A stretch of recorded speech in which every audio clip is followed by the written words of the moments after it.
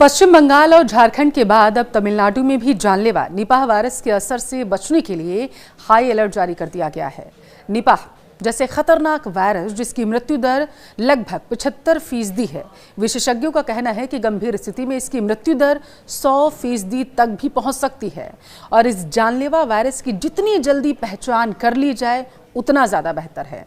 इसलिए कई राज्यों में हाई अलर्ट सरकार की तरफ से जारी कर दिया गया। आइए जानते हैं कि निपाह वायरस कैसे फैलता है। नमस्कार, आपके साथ मैं पल्लवी रविंद्र सिंह। देखिए, जानलेवा निपाह वायरस की सबसे बड़ी बात यह है कि यह वायरस इसके कारक से तो फैलता है ही, इसके साथ ही कोरोना वायरस की तरह यह वायरस संपर्क से भी फैलता है। यानी अगर कोई स्वस्थ व्यक्ति है जिसको ये वायरस नहीं है, किसी संक्रमित व्यक्ति के अगर वो संपर्क में आता है किसी भी तरीके से या उसकी कोई चीज़ वो इस्तेमाल कर लेता है, अपने काम में ले लेता है, तो यह वायरस उसमें भी फैल जाएगा।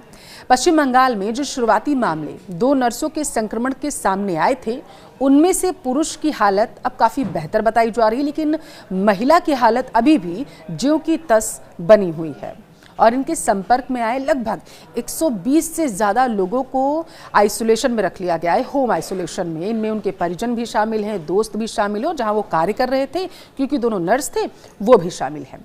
देखिए, पूरे मामले पर स्वास्थ्य विभाग और केंद्र सरकार की टीमें पूरी तरीके से अपनी नज़र बनाए हुए हैं क्योंकि ये बेहद ही खतरनाक वायरस है।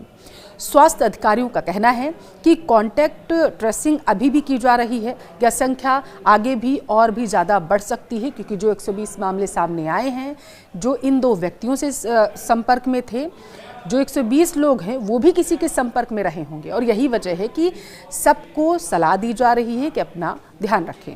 अब इस वायरस को खतरनाक क्यों माना जा रहा है? देखिए, उसे जन्म बेहद ज़रूरी है आपके लिए।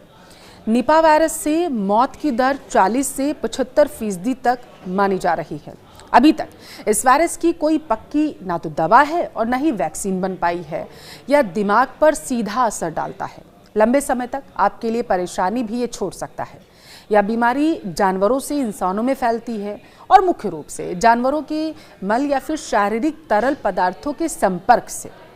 वायरस के मुख्य वाहक फल खाने वाले चमगादड़ हैं, लेकिन सुअर, घोड़े, बिल्लियां, बकरियां और भेड़ जैसे अन्य जानवर जो चमगादड़ों से वायरस लेते हैं, वे भी वायरस को इंसानों में फैला सकते हैं। ऐसी आशंका विशेषज्ञों की तरफ से जताई गई।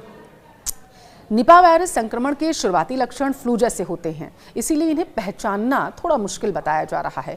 लेकिन निमोनिया और बताया जा रहा है जैसी जो सर्दी जुकाम जैसी हालात बन रहे हैं वो जटिलताएं पैदा कर सकते हैं और अगर समय पर इलाज ना किया जाए तो ये जानलेवा साबित हो सकता है।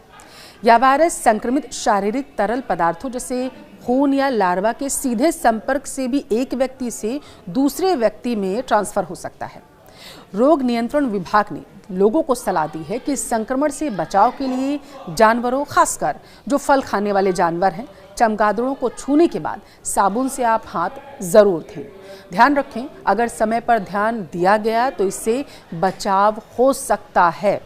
अगर आपको ऐसे लक्षण महसूस होते हैं जो निपाह वायरस के संक्रमण का संकेत आपको दे रहे हो, तो किसी भी इंटरनल मेडिसिन डॉक्टर से आप सलाह ले सकते हैं। तुरंत दिखाएं, खासकर अगर आप किसी ऐसे इलाके में रह रहे हैं जहां निपाह वायरस का एक भी संक्रमित मरीज मिला है या संक्रमण वहां पर पाया गया है, संक्रमित जानवर पाए गए हैं जैसे चमगादड़ या सुअर, या संक्रमित व्यक्तियों के आप अगर संपर्क में आए हैं, तो प्रारंभिक जो इसका निदान है और सहायक देखभाल से ठीक होने की संभावना बढ़ सकती है और लक्षणों को ज़्यादा प्रभावी ढंग से प्रबंधित करने में मदद भी यहाँ पर मिलती हुई नजर आ रही है।